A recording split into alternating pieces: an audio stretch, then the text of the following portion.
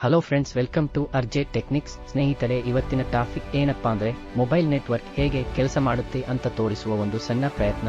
ಸ್ನೇಹಿತರೆ, ನೀವು ಇನ್ನೂ ನನ್ನ ಚಾನಲ್ ಅನ್ನು ಸಬ್ಸ್ಕ್ರೈಬ್ ಮಾಡಿಲ್ಲ ಅಂದರೆ ದಯವಿಟ್ಟು ಈಗಲೇ ಸಬ್ಸ್ಕ್ರೈಬ್ ಮಾಡಿಕೊಳ್ಳಿ. ಸೊ ಬನ್ನಿ ವಿಡಿಯೋ ಶುರು ಮಾಡೋಣ. ಮೊಬೈಲ್ ನೆಟ್ವರ್ಕ್ ಅನ್ನು ಹೇಗೆ ಕೆಲಸ ಮಾಡುವುದು ಒಂದೇ ಸಂಪೂರ್ಣ ವಿವರಗಳಿದ್ದು, ಇತರ ಕರಡುಗಳನ್ನು ವೀಕ್ಷಿಸಿ. ಮೊಬೈಲ್ ನೆಟ್ವರ್ಕ್ ಎನ್ನುವುದು ಸೆಲ್ ಟವರ್ಗಳ ನೆಟ್ವರ್ಕ್ ಆಗಿದ್ದು, ಅದು ಮೊಬೈಲ್ ಸಾಧನಗಳು ಪರಸ್ಪರ ಮತ್ತು ಇಂಟರ್ನೆಟ್ನೊಂದಿಗೆ ಸಂವಹನ ನಡೆಸಲು ಅನುವು ಮಾಡಿಕೊಡುತ್ತದೆ. ಇದನ್ನು ಸೆಲ್ಯುಲಾರ್ ನೆಟ್ವರ್ಕ್ ಎಂದೂ ಕರೆಯುತ್ತಾರೆ.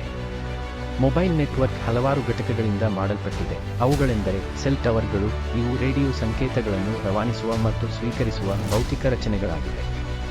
ಅವು ಸಾಮಾನ್ಯವಾಗಿ ಎತ್ತರದ ನೆಲದ ಮೇಲೆ ನೆಲೆಗೊಂಡಿವೆ, ಉದಾಹರಣೆಗೆ ಬೆಟ್ಟಗಳು ಅಥವಾ ಕಟ್ಟಡಗಳು. ಆದ್ದರಿಂದ ಅವುಗಳು ವಿಶಾಲ ವ್ಯಾಪ್ತಿಯನ್ನು ಹೊಂದಬಹುದು. ಬ್ಯಾಕ್ಹಾಲ್, ಇದು ಸೆಲ್ ಟವರ್ಗಳನ್ನು ಇಂಟರ್ನೆಟ್ಗೆ ಸಂಪರ್ಕಿಸುವ ನೆಟ್ವರ್ಕ್ ಮೂಲಸೌಕರ್ಯವಾಗಿದೆ.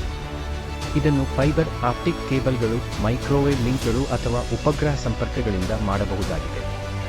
ಮೊಬೈಲ್ ಸಾಧನಗಳು. ಇವುಗಳು ಸ್ಮಾರ್ಟ್ಫೋನ್ಗಳು, ಟ್ಯಾಬ್ಲೆಟ್, ಮೊಬೈಲ್ ಸಾಧನಗಳು ಮತ್ತು ಇಂಟರ್ನೆಟ್ನ ಉಳಿದ ಭಾಗಗಳ ನಡುವೆ ರೂಟಿಂಗ್ ಕರೆಗಳು, ಪಠ್ಯ ಸಂದೇಶಗಳು ಮತ್ತು ಡೇಟಾ ಟ್ರಾಫಿಕ್ಗೆ ಮಸ್ಕ್ಗಳು ಜವಾಬ್ದಾರರಾಗಿರುತ್ತಾರೆ. ಬ್ಯಾಕ್ಹೌಲ್, ಇದು ಮಸ್ಕ್ಗಳನ್ನು ಇಂಟರ್ನೆಟ್ನ ಉಳಿದ ಭಾಗಗಳಿಗೆ ಸಂಪರ್ಕಿಸುವ ಭೌತಿಕ ಮೂಲಸೌಕರ್ಯವಾಗಿದೆ.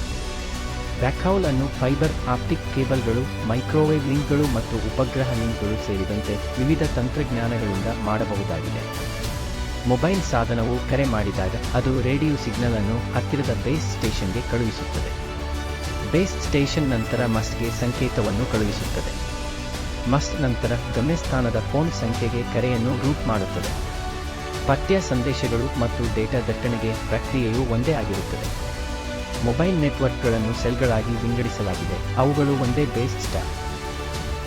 ಒಂದೇ ಬೇಸ್ ಸ್ಟೇಷನ್ನಿಂದ ಸೇವೆ ಸಲ್ಲಿಸುವ ಸಣ್ಣ ಭೌಗೋಳಿಕ ಪ್ರದೇಶಗಳಾಗಿವೆ.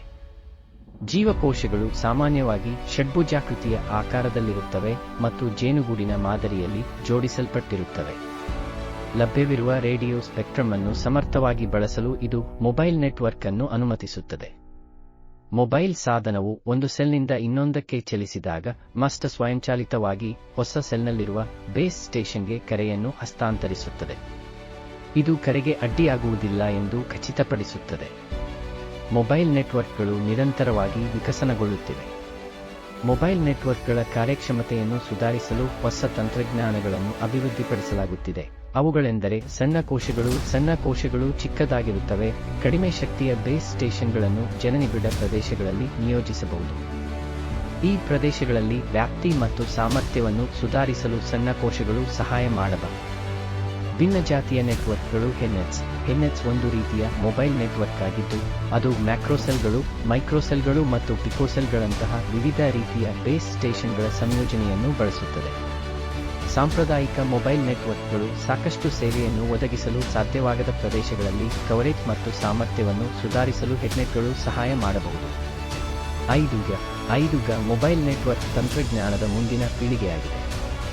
5G ಗಮನಾರ್ಹವಾಗಿ ವೇಗವನ್ನು ಮತ್ತು 4Gಗಿಂತ ಕಡಿಮೆ ಸುಪ್ತತೆಯನ್ನು ನೀಡುತ್ತದೆ ಎಂದು ಭರವಸೆ ನೀಡುತ್ತದೆ. ಮೊಬೈಲ್ ನೆಟ್ವರ್ಕ್ಗಳು ನಾವು ಸಂವಹನ ಮಾಡುವ ರೀತಿಯಲ್ಲಿ ಕ್ರಾಂತಿಯನ್ನುಂಟು ಮಾಡಿದೆ. ನಾವು ಎಲ್ಲೇ ಇದ್ದರೂ ಸ್ನೇಹಿತರು ಮತ್ತು ಕುಟುಂಬದೊಂದಿಗೆ ಸಂಪರ್ಕದಲ್ಲಿರಲು ಅವರು ಸಾಧ್ಯವಾಗಿಸಿದ್ದಾರೆ. ಮೊಬೈಲ್ ನೆಟ್ವರ್ಕ್ಗಳು ನಮಗೆ ಇಂಟರ್ನೆಟ್ ಅನ್ನು ಪ್ರವೇಶಿಸಲು ಮತ್ತು ಅದರ ಎಲ್ಲಾ ಪ್ರಯೋಜನಗಳಾದ ಆನ್ಲೈನ್ ಶಾಪಿಂಗ್, ಸ್ಟ್ರೀಮಿಂಗ್, ಚಲನಚಿತ್ರಗಳು ಮತ್ತು ಸಂಗೀತ ಮತ್ತು ಎಲ್ಲಿಂದಲಾದರೂ ಕೆಲಸ ಮಾಡಲು ಸಾಧ್ಯವಾಗುವಂತೆ ಮಾಡಿದೆ. ಸ್ನೇಹಿತರೆ, ಈ ವಿಡಿಯೋ ನಿಮಗೆ ಹೇಗಿತ್ತು ಅಂತ ಕಾಮೆಂಟ್ಸ್ ಬಾಕ್ಸ್ನಲ್ಲಿ ತಿಳಿಸಿ. ಮುಂದಿನ ವಿಡಿಯೋದಲ್ಲಿ ಸಿಗೋಣ. ನಮಸ್ಕಾರ.